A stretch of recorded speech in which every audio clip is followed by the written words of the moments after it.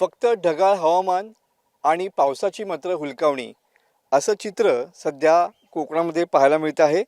कोकणातल्या अनेक ठिकाणी आज फक्त पावसाच्या अधूनमधून सरी बरसताना पाहायला मिळत आहेत। जिल्ह्यातील खास करून रत्नागिरी जिल्ह्यातील पावसाचा जोर जो आहे तो या ठिकाणी ओसरलेला पाहायला मिळतो आहे। केवळ 2 दिवसापासून सरीवरती पाऊस या ठिकाणी बरसताना पाहायला मिळतो आहे।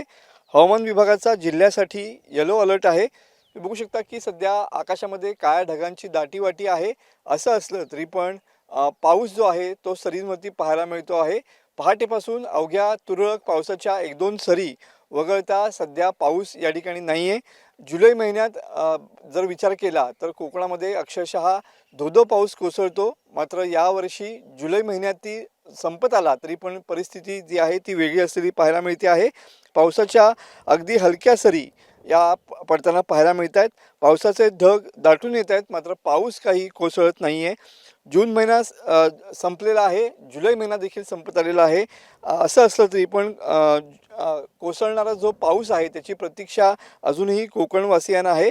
आणखीन 2 दिवस कोकणात मुसळधार पाऊस बरसणार नाही असा हवामान खात्याचा अंदाज आहे, कारण का पुढचे 2 दिवस देखील कोकणासाठी या ठिकाणी येलो अलर्ट पाहायला मिळतो आहे।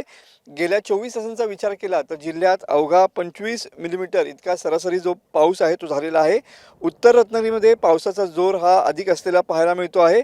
ऑगस्ट महिन्यात तरी समाधानकारक पाऊस पडेल अशी अपेक्षा सध्या कोकणवासियांना लागून राहिलेली पाहायला मिळते आहे।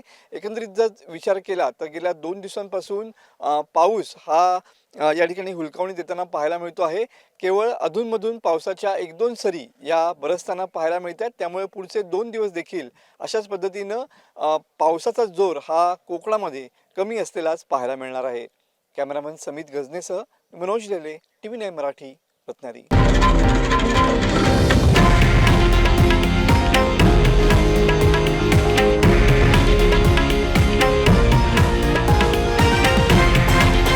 हे आहे देशातील नंबर 1 न्यूज नेटवर्क आणि आपण पाहत आहात TV9 मराठी, एकमेव।